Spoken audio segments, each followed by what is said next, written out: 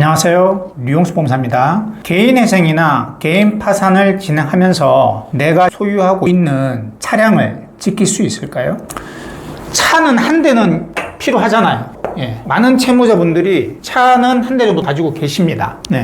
그리고 이 차가 그냥 놀러 가기 위해서 필요한 게 아니라 생계를 위한 수단인 경우도 있어요.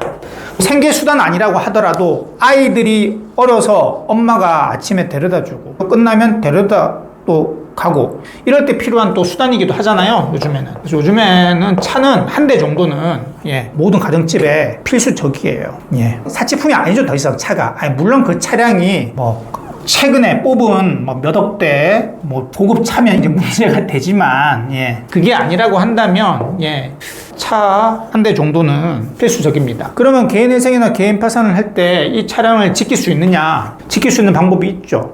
근데 무조건 지켜지는 건 아니에요. 우선 개인회생부터 판단을 하면 개인회생은 가장 중요한 원칙이 뭐예요? 청산가치 보장의 원칙이죠. 즉 내가 가진 재산보다는 1원이라도 많이 갚아야 돼요. 즉 재산이 많으면 많을수록 내가 내야 되는 변제금이 높아집니다. 이 재산에는 당연히 이 차도 포함이 되겠죠. 그래서 이 차가 한 10년 이상 됐고 키로수도 10만 키로 이상 탔고 해서 오래된 차라고 한다면 중고 가격이 많이 떨어지겠죠. 이러면 재산에 포함된다고 하더라도 큰 영향을 못 끼칩니다. 하지만 개인회생 신청시를 기준으로 차를 뽑은 지 몇 년 안 됐다. 중고 시세도 고급 차라서 한 7, 8천 한다 라고 한다면 재산에 포함돼 버리면 어떻게 돼요?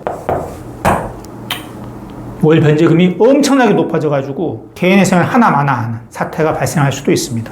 그런 경우에는 이 차를 포기하는 수밖에 없겠죠. 그리고 개인회생을 진행하시는 채무자분들이 차에 이미 저당이 잡혀져 있는 경우가 많아요. 차를 이제 할부로 샀다든지 이러면 그 회사에서 저당을 잡죠. 그럼 저당권자는 개인회생에서 별채권자입니다. 별채권자가 뭐냐? 간단하게 설명하면 개인회생과 상관없이 우선적으로 그 차에 대해서 권리를 주장할 수 있는 사람이에요. 그래서 개인회생이랑 상관없이 이 근저당권자는 이 차를 공매 처리하거나 경매 처리할 수 있습니다. 그럼 차를 뺏기는 수밖에 없어요. 아니 얘네들 빚은 탕감이 안 되냐? 안 돼요. 물론 차 주고 더 이상 줄 게 없으면 다 탕감이 돼요. 그 차에 대해서만큼 얘네들이 빼들어갈 수 있습니다. 나 차 꼭 필요한데? 그러시면 얘네들이랑 합의를 보셔야 돼요. 내가 개인회생 들어가지만 너희 돈은 별도로 계속 갚겠다라고 한다면 거의 99%는 이 차량 근저당권자는 오케이, 돈만 잘 내면 내 차 안 건들게, 그렇게 할 수 있습니다. 하지만 부담이 좀 되겠죠. 왜요? 월 변제금은 월 변제금대로 내야 되고요. 그리고 별도로 또 이 차를 계속 몰려면 이 저당권자한테 돈을 또 줘야 되겠죠. 그래서 계산기를 두드려 보셔야 돼요. 뭐가 더 큰 이익인지. 차라리 이 차를 그냥 줘버리고 소형차로 바꾼다든지, 그러니까 고급차를 모셨던 분들은 좀 이게 더 이익이 될 수도 있어요. 그거는 그 개인회생 상담하신 법무사님이랑 얘기를 나누셔가지고 뭐가 더 이익이 되는지 얘기를 보시면 답이 나올 겁니다. 그렇게 해서 차량을 지킬 수 있고요. 파산은 원칙적으로 채무자가 가지고 있는 모든 재산을 다 환가해서 채권자들에게 나눠주는 거예요. 청산가치 보장의 원칙 이런 거 없어요. 그냥 모든 재산, 그러니까 특별히 보장되는 압류금지 채권 말고는 예를 들어서 통장에 있는 185만 원, 그리고 보험 150만 원, 그리고 소액보증금, 최우선 변제금 이런 것들 빼고는 파산관제인이 싹 다 환가해서 채권자들에게 골고루 나눠주는 게 개인 파산이에요. 차도 마찬가지예요. 그러면 빼들어 와야 돼요. 파산관제인이. 그런데 차가 꼭 필요하다. 특히 생계를 위해서 필요하다라고 한다면 그걸 적극적으로 설명하면 돼요. 예를 들어서 내가 개인 택시 운전사다. 근데 한 달에 벌이가 한 100만 원밖에 안 돼가지고 개인 파산 진행했다. 근데 목돈 살아야 되잖아요. 이런 것들요. 파산관제한테 얘기를 하는 겁니다. 이 차 없어 우리 가족 다 굶어 죽습니다. 그러면 이 차 지킬 수 있습니다.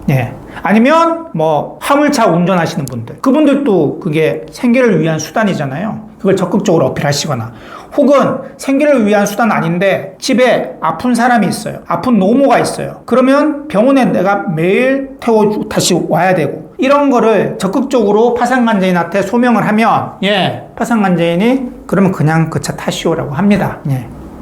아니면 차가 정말 오래됐어요. 가치가 없어요. 공매하거나 경매해봤자 고물값밖에 안 나와. 차도 10년 이상 됐고 이런 걸 얘기 잘하면 파산자인이, 관제인이 그냥 그거 타라고 합니다. 케이스 바이 케이스인데 보통은 그렇게 타라고 그래요. 이런 게 없다. 생계 수단도 아니고 차도 오래되지 않았다. 그러면 차를 무조건 뺏겨야 되느냐? 안 뺏길 수 있어요. 그 차에 해당하는 금액을 파산관제인한테 주고 그 차를 계속 탈 수 있어요. 이것도 계산해 봐야 되겠죠. 차라리 그냥 이 차를 그냥 줘버리고 작은 소형 국산차를 타는 게 나은지, 아니면 어차피 이 차를 계속 몰기 위해 돈을 좀 주는 게 나은지는 또 전문 법무사님이랑 같이 상담을 통해서 해결하시면 돼요. 그리고 똑같아요. 개인회생이랑. 만약 차에 할부가 돼 있고 저당권자가 잡혀져 있으면 그 저당권자랑 쇼부를 보면 돼요. 얘기를 해서 내가 개인 파산해도 네 돈은 별도로 갚을게 해서 그 차 몰 수도 있어요. 근데 그게 이득인지 아니면 그 차 줘버리고 조그만 차를 사는 게 이득인지는 계산해 보셔야 돼요. 예, 이번 시간에는 개인회생이나 개인 파산을 하면서 차량을 지킬 수 있는 방법들에 대해서 얘기해 봤습니다. 지금까지 류홍석 법무사였습니다. 감사합니다.